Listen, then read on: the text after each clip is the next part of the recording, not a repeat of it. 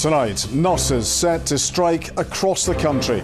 They've overwhelmingly voted in every Scottish health board to walk out for the first time in NHS history. This is happening all over Scotland, all over the UK, and nurses are fed up, and we're now saying that enough is enough. And as the winter of discontent spreads over pay, teachers look set to strike, and the dispute on the railways continues. Also making the headlines, who is he? An alleged US fugitive's attempts to explain why he is not the person wanted by US prosecutors. The sport comes live from Ibrox as Rangers welcome Hearts in the Scottish Premiership, where Giovanni van Bronckhorst is fighting for his Rangers' future.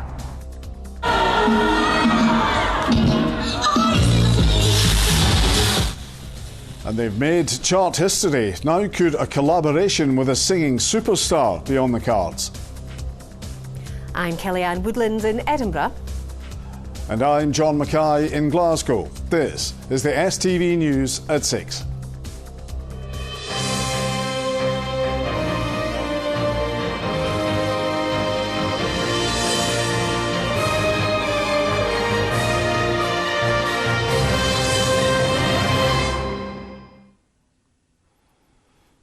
Good evening. Nurses are going on strike. Members of the UK's largest nursing union voted overwhelmingly to walk out over an ongoing dispute around pay and conditions. It's the first time in the history of the NHS that nurses are set to strike. But they say the cost of living crisis and staffing pressures have left them with no option. The Royal College of Nursing insists emergency care will not be affected, but it will likely see disruption to operations and appointments. Here's our political reporter, Laura Alderman. After 2 years spent working on the wards during COVID, Nurse Rees says she was left burnt out and exhausted. Eventually, the pressures pushed her to breaking point. Feeling guilty all the time, feeling frustrated that you feel like you haven't done enough. You've done all that you can, but you still feel like it's not enough. That takes a big toll on your mental health, and physically as well. You're exhausted. From what I see and hear from other people and what I see myself is that it's not sustainable. With the growing cost of living, like so many of us, she's finding it increasingly difficult to make ends meet. Most of my wage is going on bills, food, heating, petrol, and there's not much left to spare by the end of the month. Nurses are fed up, and we're now saying that enough is enough. Today, members of Scotland's largest nursing union voted unanimously for industrial action over pay and patient safety. Members of the Royal College of Nursing rejected an improved pay offer from the Scottish Government of £2,205. They're asking for a 5% pay rise above inflation. If strikes do go ahead, it's likely they'll impact planned operations and routine procedures, but not emergency care. Nurses are frustrated and the health service is under pressure 12 months a year, so there's no good time for this to happen, and unfortunately we're on a time scale that we need to get back in the negotiations to avert strikes. To fund the current pay offer on the table for nurses and other healthcare staff, the Finance Secretary has already slashed £400 million from health and social care, in a move he said he knew he would be criticised for, but it was as far as he could go. He said the money pot for NHS staff pay rises is now empty. Today, the Health Secretary repeated this. We're all coming from the same place. Our disagreement is about what we're able to offer within a finite budget. Hence my plea to the UK Government to say, well, look, again, as the architects of this high inflation, of this cost crisis, put your hand in your pocket, help us out. For goodness sake, help yourselves out and help out other governments right across the UK so that we can do our utmost to avert strike action. This is not a strike which is purely about money. It's about terms and conditions as well. The blame is squarely at Humza Yousaf's feet. He has not negotiated with the nurses, he has not talked to them and to what they want, and we're at this really sad situation where nurses feel forced to take strike action. In every single health board, the ballot was to go on strike, and that is a measure for me of just how angry the nurses are and how angry they are with Humza Yousaf, the Cabinet Secretary. The largest healthcare union, Unison, is still balloting their members on strike action. But the RCN's move today is making what was already dubbed the most challenging winter in NHS history even more precarious. Laura Alderman, STV News. To our political editor now. And Colin, what do you make of the nurses' decision? This is a historic moment for nursing. The RCN in Scotland have never, ever backed a strike before in their entire history of over a century. Now, every single health board in Scotland is facing strikes. And how? Because the support is overwhelming. In Lothian, 93% support among nurses for strike action. In Greater Glasgow and Clyde, 96%. And in Lanarkshire, a whopping 97%. Now, many hospitals in England and Wales have also seen votes in favour of strike action.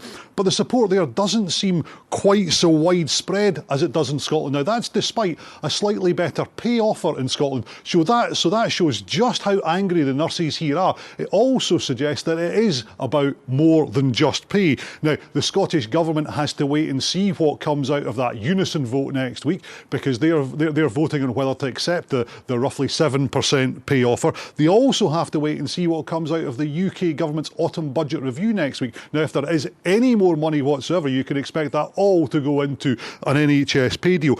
But if there is no new offer, then it does look like the RCN could be going out on strike before Christmas.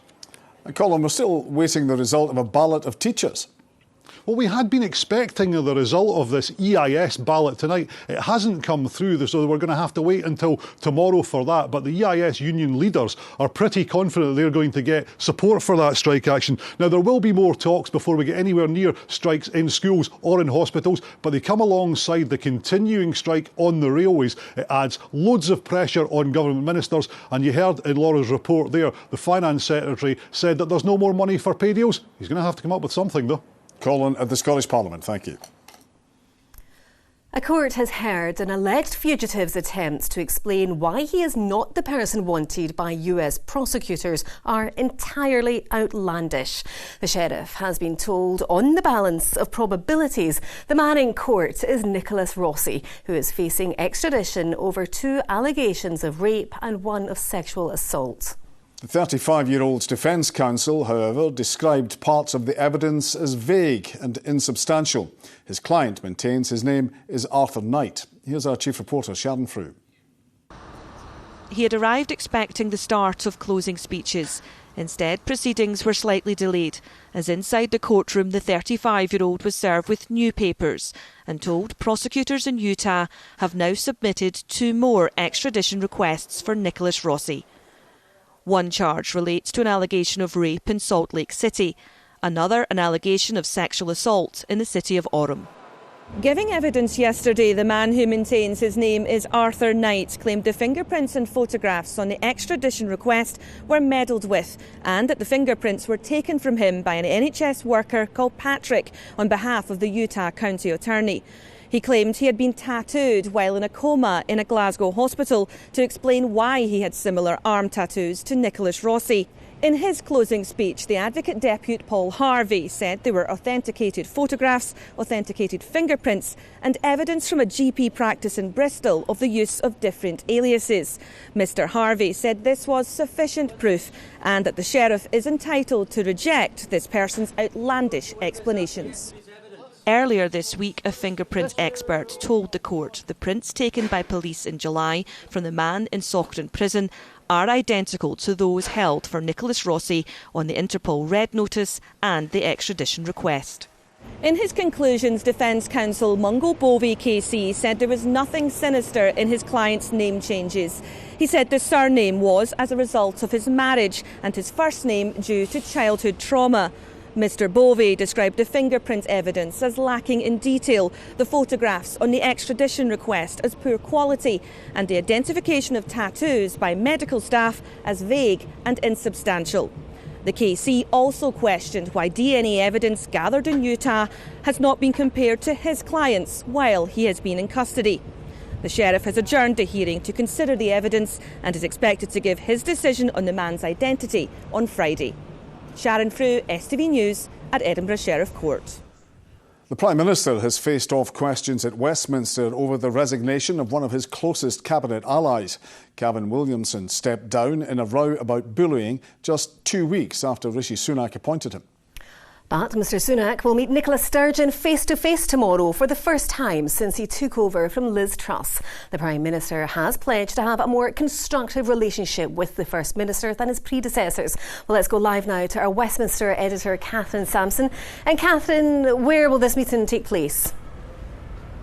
It's going to be happening in Blackpool, and that's because Rishi Sunak is going to be travelling tomorrow to Blackpool to attend the British-Irish Council Summit. That's a summit that's been set up to promote better relations between UK government-devolved governments. Of course, Nicola Sturgeon will need to get there after leaving Egypt, where she's been attending COP27, the climate summit, and the pair are going to have a lot to discuss. Now, of course, Rishi Sunak will want to talk about the cost of living crisis, how the nations can work together on that. Of course, at Westminster, we are waiting for the big autumn statement from his new team, which is coming next Thursday, but you would expect also discussions about another independence referendum. Now, Rishi Sunak broke the news of this face-to-face meeting himself during Prime Minister's questions. It came during a clash with the SNP's Westminster leader Ian Blackford over the position of Rishi Sunak's Scottish Secretary Alistair Jack, who, according to reports, could be in line to head to the House of Lords as part of Boris Johnson's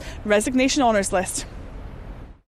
The Scotland office is now to be led by a baron-in-waiting, biding his time until he can cash in on the 300-day job for life in the House of Lords.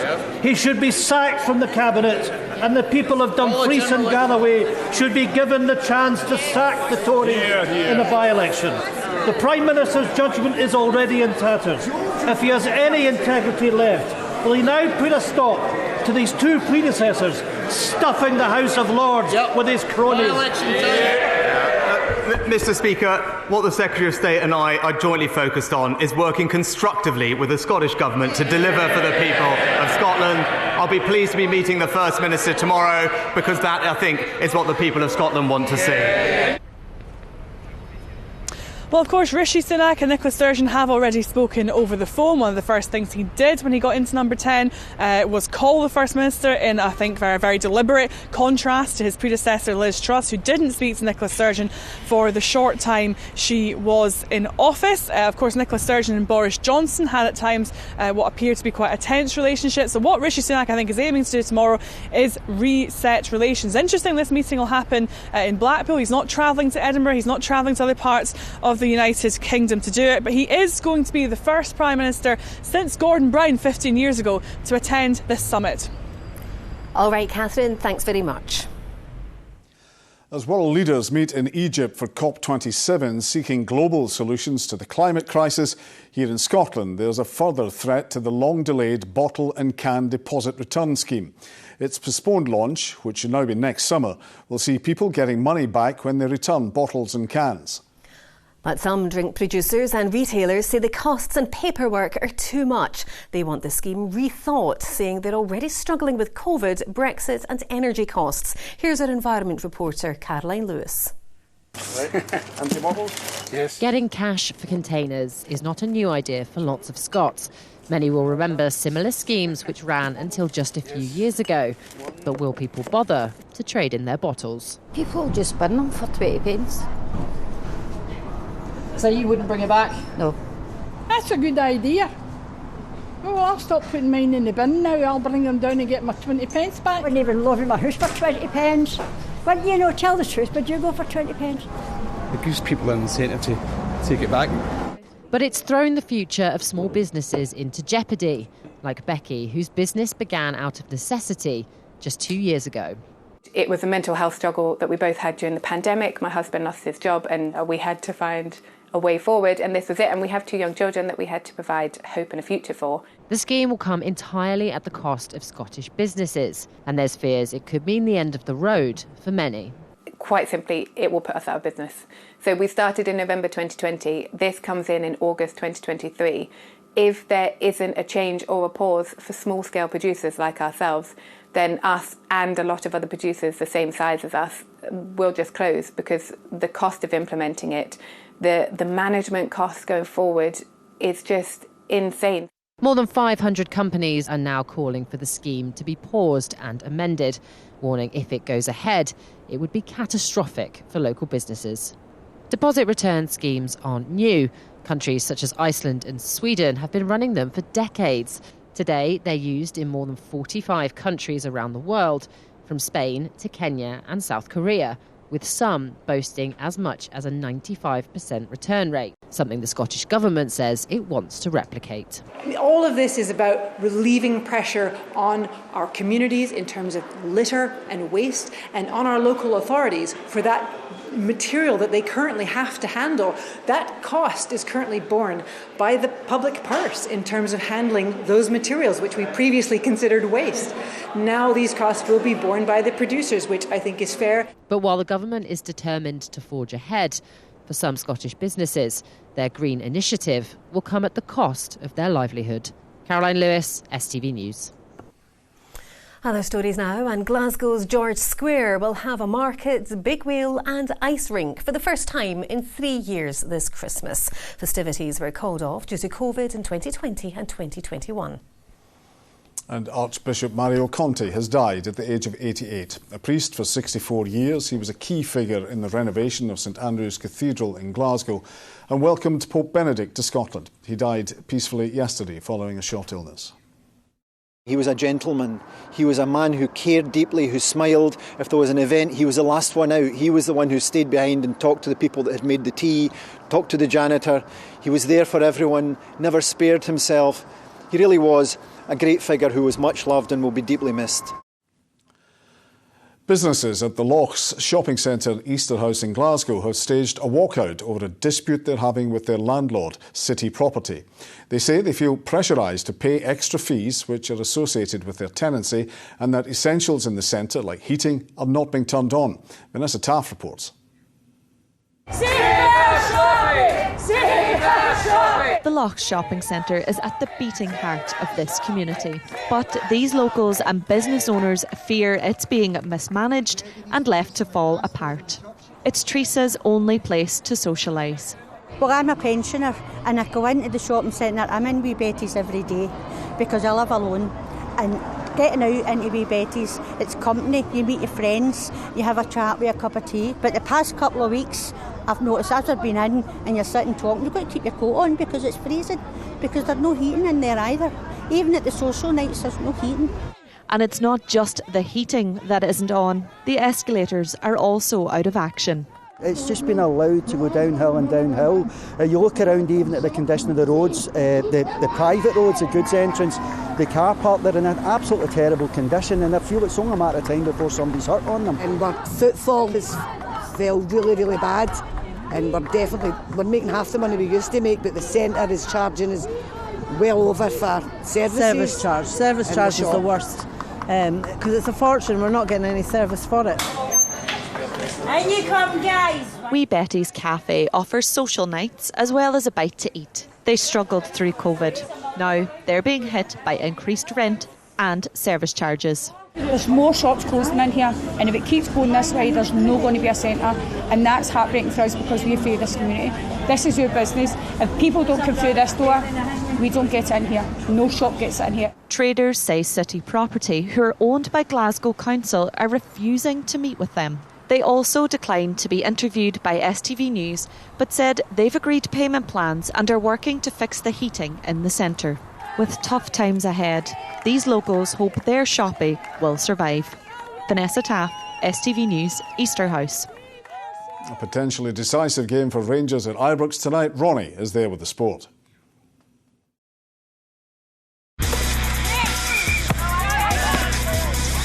Get your fill of the action. STV Sports, sponsored by Papa John's Pizza.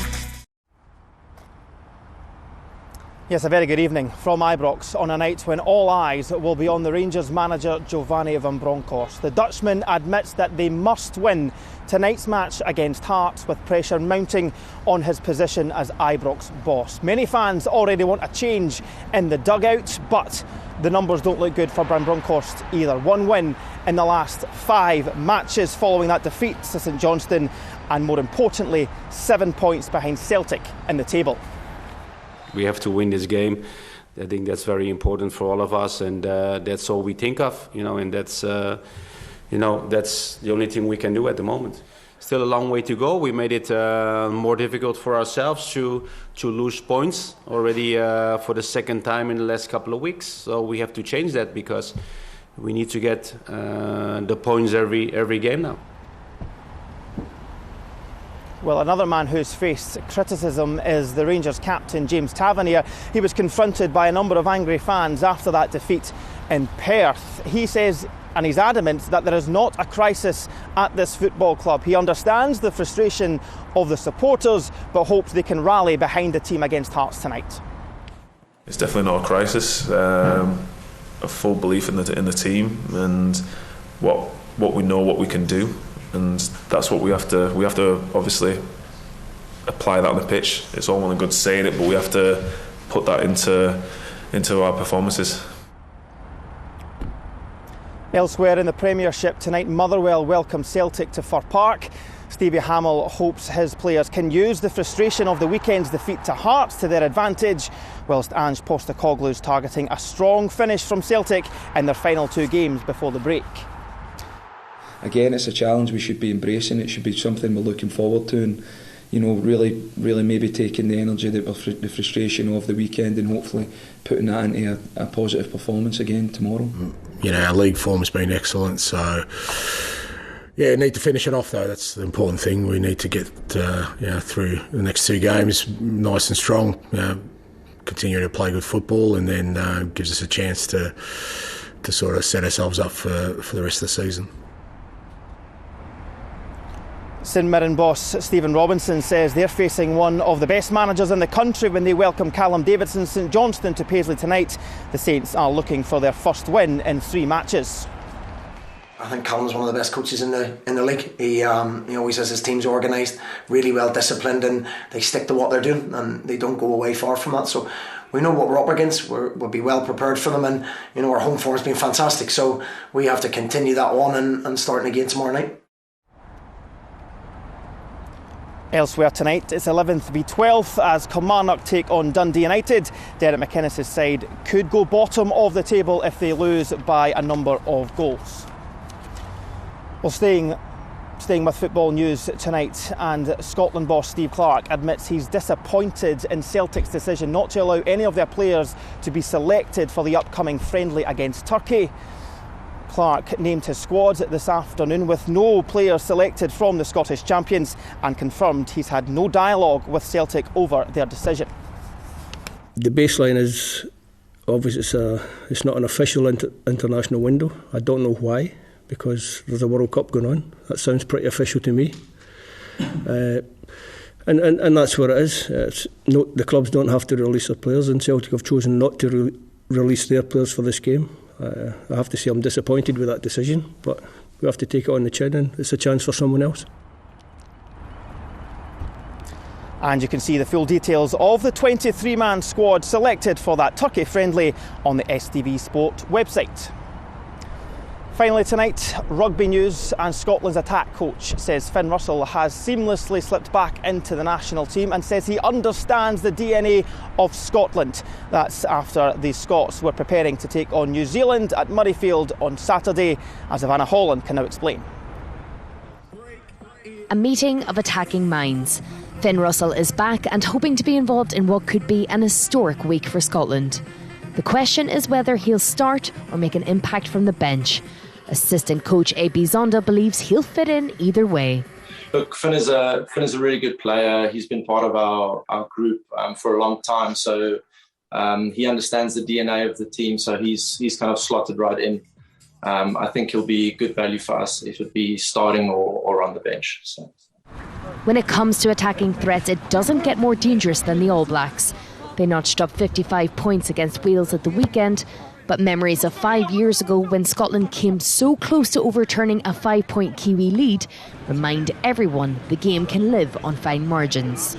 We touched on it in the start of the week when we knew Fozzie mentioned how it could have gone either way, and it was Bodie stopping a try in the corner that saved the day. So like we said before, we know how much Scotland's hurting from that, or we know how much motivation Scotland will have to come into this game. So yeah, that's what we've got to be ready for as a team, and I know we'll build throughout the week to get ready for that match.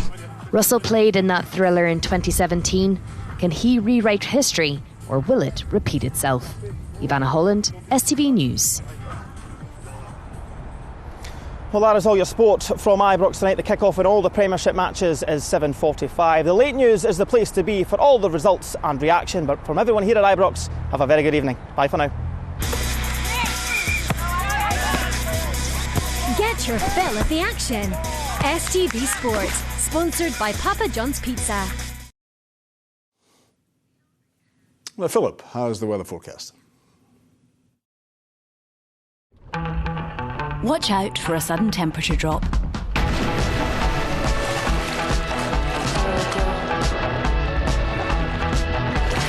TUI Blue Hotels, sponsor STV Weather. Well, as we start to head through the rest of this evening and overnight, already we're seeing this large band of rain spreading in from the west associated with this warm front. The heaviest and most persistent bursts of rain will be across the far west. But through the early hours of tomorrow morning, that rain does eventually start to turn patchier and lighter. But for everywhere, we're holding on to a lot of clouds. So overall, a murky night to come. And we'll also see some quite strong winds, possibly reaching gale force around western coastal parts. So lows tonight of only around 8 or 9 degrees Celsius. Looking ahead to tomorrow and through the morning, that band of rain will have cleared northeastwards. We continue to see some outbreaks of rain through the course of the afternoon across the very far west and the Western Isles, but for many central, southern and eastern areas, a drier afternoon to come with clearer and brighter spells. Some further showers, but they will be scattered and light. But the main thing tomorrow is that we'll be feeling quite mild. We're in a southwesterly airflow dragging the mild air in from the mid-Atlantic, so temperatures well above average for the time of year, reaching highs of around 15 or 16 degrees Celsius. And by tomorrow night, we could be seeing our warmest November night on record, as some spots not getting below 14 degrees Celsius. But by the time we get to the weekend, getting back down to around 7 or 8 degrees. By Friday, it will be another wet and windy day, but remaining mild with highs of 16. Bye-bye. TUI Blue Hotels, sponsor STV Weather. And finally, a collaboration between two of Scotland's most popular musicians could be in the works. DJ duo LF System, behind the biggest track of the year, are keen to team up with their pal Lewis Capaldi.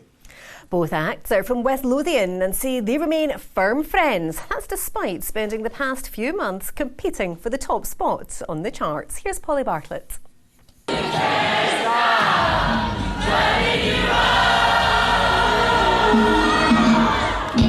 It's the song that saw this duo dance into the history books. But just a few weeks before this video was taken, LF System were still working their day jobs in West Lothian. For one extreme to the other, the total culture shift for one thing, and then, but it's a dream job. That's what we've been trying to do for so long, so it's good to be finally doing it. And but as like Colin says, we've not getting much sleep anymore, but it's all worth it. Hopefully next year when the royalties come in, we'll be a wee bit happier. Cheery about getting less sleep, but. We caught up as they visited the venue hosting their sold-out homecoming show later this month. The gig will mark the end of a year that saw LF System hold on to number 1 for 8 weeks, making chart history along the way. You go away somewhere and then you come back and like, oh my, this is what you wanted to be like all the time. You want it to be Scottish acts because you always know you're going to get a good reception when you come back here. You get to have a night out with your pals and then they're all there supporting, and so that's a big bit of it as well. Aye. But obviously the crowds are always the best. They're very open to everything. So the pair were eventually knocked off top spot by their friend and fellow West Lothian resident Lewis Capaldi, and now it looks like a collaboration will be on the cards. Maybe one day. Hopefully one day, aye. But what is it you said? It needs to be a bit made upbeat. Only if it's a wee bit less sad. Get more happy.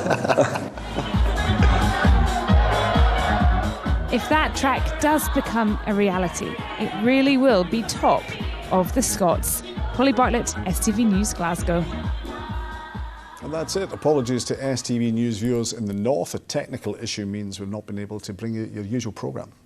But from all of us here, enjoy the rest of your evening. Good night. Good night.